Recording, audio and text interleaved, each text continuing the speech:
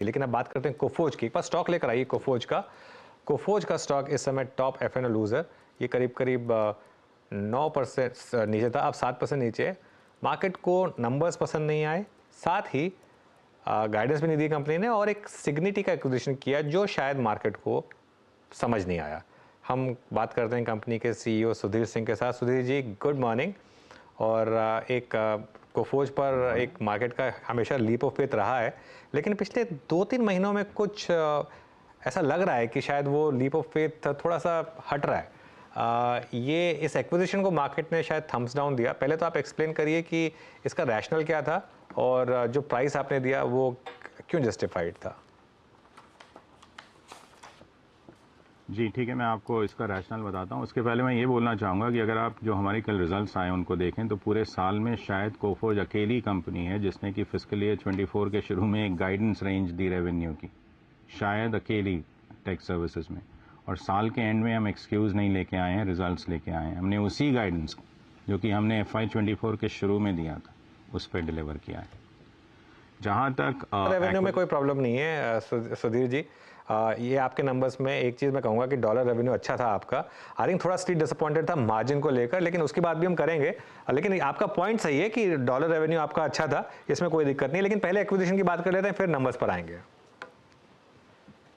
बिल्कुल बिल्कुल। एक्विजिशन अगर आप हमें देखें तो हमारा मानना है कि सिग्निटी का एक्विजिशन कोफोज के लिए अच्छा ही नहीं होगा, एक गेम चेंजर होगा। और वो 3 रीजंस की वजह से। पहला, सिग्निटी के एक्विजिशन के बाद कोफोज 3 नए वर्टिकल डे 1 से मर्ज्ड एंटिटी के साथ खड़े करेगा।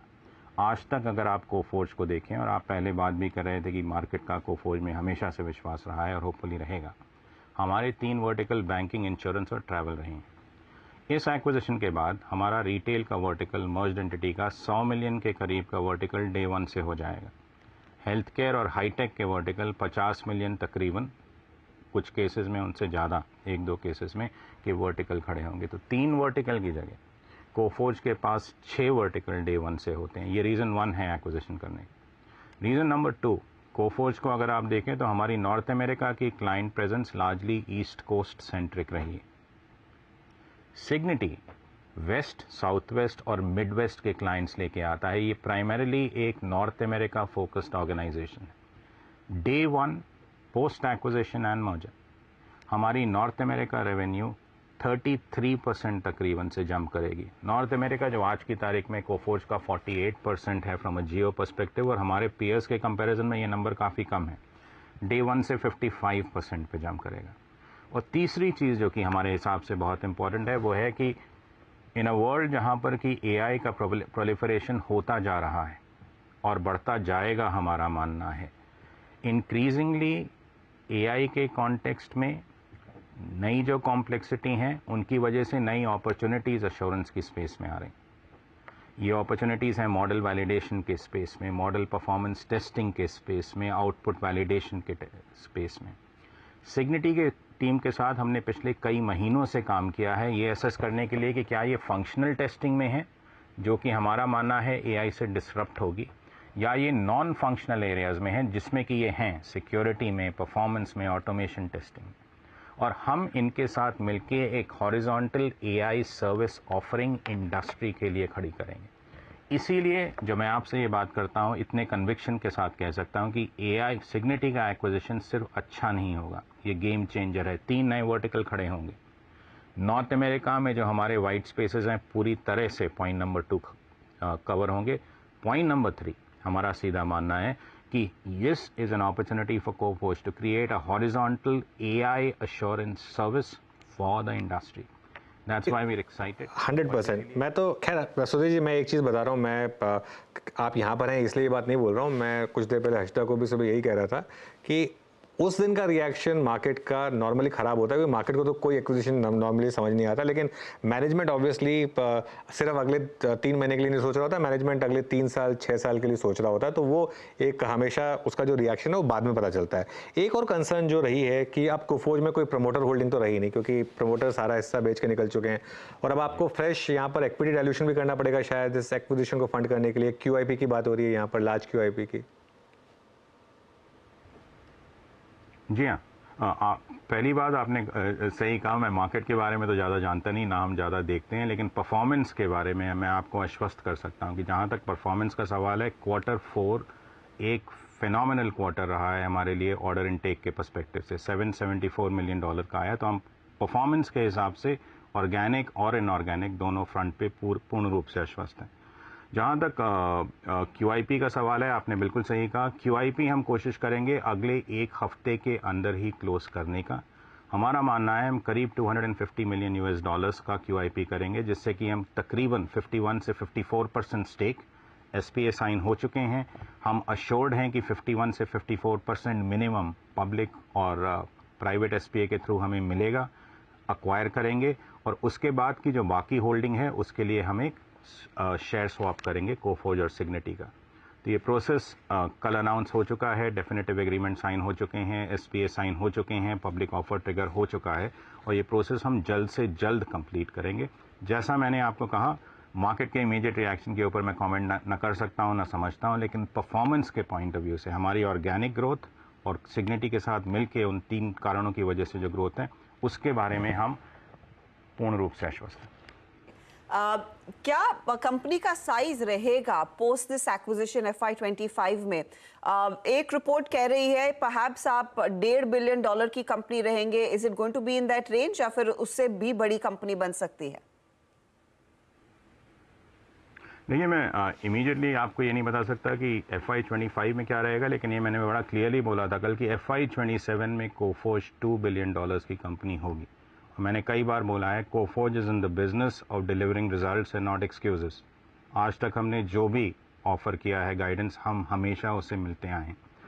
FY27 में मैं दोबारा दोहराना चाहूँगा, Coforge will be a $2 billion organisation. अगर आप हमारा प्रोफार्मा नंबर देखें पोस्ट मर्जर FY24 का जो ख़त्म हुआ है, तो तकरीबन कोफोर्ज इज़ ऑपरेटिंग एट रफली about $1.35 billion. 1.5 is not out of question, but obviously मैं एक हार्ड गाइडेंस ना देना चाहूँगा, ना दे पाऊँगा अभी। ऐसा क्यों है कि FY25 के लिए आप अब की बारी गाइडेंस नहीं दे रहे हैं सुधीर जी? बिकॉज जैसे आपने चर्चा की शुरुआत में ही कहा था कि वो दी ओनली कंपनी जिसने गाइडेंस दिया था FY24 के लिए, and you stuck by it. 25 में क्या बदला दिख रहा है आपको? देखिए, गाइडेंस दो तौर पे होती है, एक मार्जिन की थी, एक रेवेन्यू की। मार्जिन की तो हमने हार्ड गाइडेंस दी है, हमने कहा है कैटेगोरिकली कि मार्जिन अगले साल 50 बिप्स एक्सपैंड करेंगे।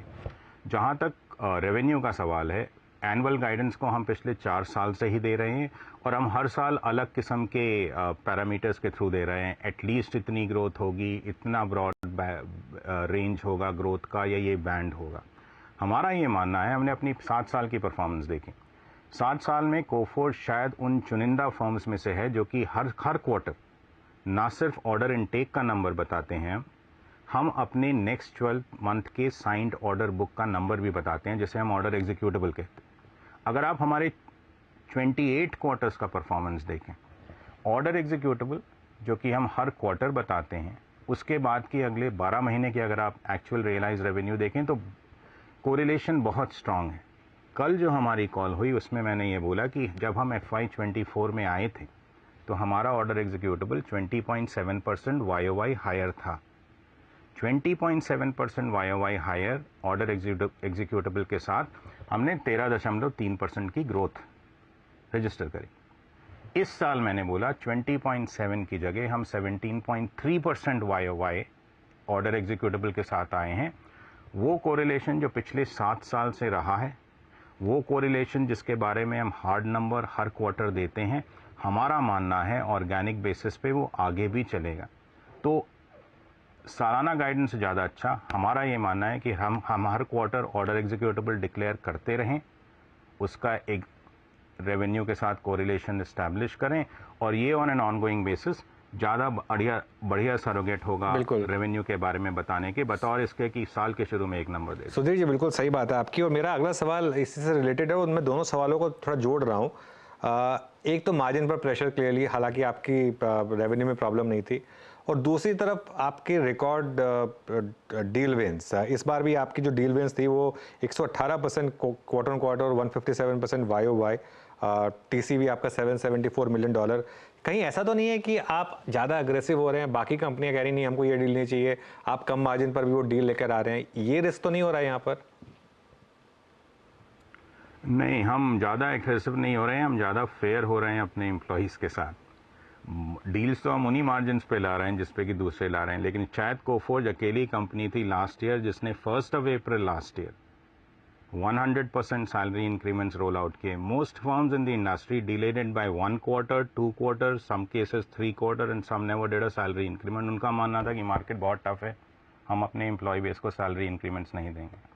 So we have not been aggressive on pricing. We've just been very, very fair with our employees. And when I say we are in the business of delivering results and not excuses, it comes on the back of a team that has had the lowest attrition of any tech services team on the planet. So we have been fair to our employees. That is why we could have played with the margins and delivered a number. That's point number one. Point number two is there's been about a 60 bips drop only in the margin. पूरा का पूरा 60 बिप्स। आप हमारा PNL देखें, हमारा एसजीएनए 60 बिप्स से बढ़ा है। और मैं आपको ये बता सकता हूँ कि उस एसजीएनए में सेल्स, मार्केटिंग, सॉल्यूशनिंग और प्री सेल्स में ही वो 60 बिप्स गया है। हमने हमेशा ये कहा है हमें रोबस्ट ग्रोथ डिलीवर करनी है, ये नहीं आके कहना है कि मार्केट एनवायरनमेंट टफ है तो ये साल अच्छा नहीं होगा। पूरा का पूरा इन्वेस्टमेंट सेल्स, मार्केटिंग, सॉल्यूशनिंग में गया है। उसका रिजल्ट आप FY25 में भी देखेंगे और उसका ही रिजल्ट है कि मैं आपको आज बता सकता हूँ कि FY27 में ये $2 बिलियन की कंपनी होगी और उस टाइम हमारी मार्जिन्स 150 से 250 बिप्स हायर होंगी ओवर FY24। अब मेरा आखिरी सवाल सुधीर जी आपसे, कंसिडरिंग सिग्निटी पर जब आप बात कर रहे थे आपने कहा ये नॉर्थ अमेरिका फोकस्ड कंपनी है, रिटेल, हाईटेक, हेल्थ केयर में आपको एक्सपोजर मिलेगा। इस समय क्या आपको सिग्नल्स मिले हैं ओवरऑल नॉर्थ अमेरिकन मार्केट से, क्योंकि अभी भी आपके पियर्स और कई सारी आईटी बेलवेदर्स अमेरिकी मार्केट्स को लेकर इतने कॉन्फिडेंट नहीं हैं। आप कैसे उस मार्केट को पढ़ रहे हैं जब आप अपने क्लाइंट से बात करते हैं? देखिए, हमें क्लियर ग्रीन शूट्स दिख रहे हैं। मैं मार्केट की कमेंट्री पढ़ता हूं that everything is Doom and gloom. I don't believe it because मोटे मोटे तौर पे सही बात है कि मार्केट में डिमांड के हेडविंड्स हैं, लेकिन there are clear tailwinds and there are clear green shoots. अगर हम अपने 3 कोर वर्टिकल्स को देखें तो मैं आपको ये बता सकता हूँ, अगर ट्रैवल वर्टिकल आप हमारा देखें तो एयरलाइंस और एयरपोर्ट्स में डिजिटल स्पेंड बढ़ते जा रहे हैं, क्योंकि वन ऑर्डर वन ऑफर का जो लार्ज इनिशिएटिव इंडस्ट्री के लिए है वो बड़े स्पीड के साथ बढ़ रहा है। हर एयरपोर्ट अपने को एक रिटेल मॉल बनाने की कोशिश में है, डिजिटल ट्रांसफॉर्मेशन स्पेंड वहाँ पे बढ़ रहे हैं। इंश्योरेंस को अगर आप देखें तो speciality insurance with all the ambient geopolitical uncertainty again spends significantly बढ़ रहे हैं। तो हमारा ये मानना है कि FY24 जैसे डिफिकल्ट मैक्रो ईयर में भी we have been able to claw out 13.3% CC, 100% organic growth. FY25 में भी सही बात है, डिमांड एनवायरनमेंट डिफिकल्ट है, बट ऐसा नहीं है कि यूनिफॉर्मली डिफिकल्ट है, और इसमें भी ऑर्गेनिक ग्रोथ हम क्लॉ आउट करेंगे। और सिग्निटी के साथ मिलके 3 नए वर्टिकल, पूरा नॉर्थ अमेरिका का coverage, horizontal AI service offering नहीं, उससे हमारी ग्रोथ को फर्दर फिलिप मिलेगा। नॉन सिर्फ कोफोर्ज नहीं, सिर्फ सिग्निटी नहीं, दोनों की मिल करके भी जो एग्रीगेट ग्रोथ रेट है, ग्रोथ रेट बढ़ेगी। सुधीर जी, बहुत बहुत शुक्रिया आज हमारे साथ जुड़ने के लिए, और हर बार आपसे बात करके अच्छा लगता है, और आपको ऑल द बेस्ट अगले क्वार्टर्स के लिए।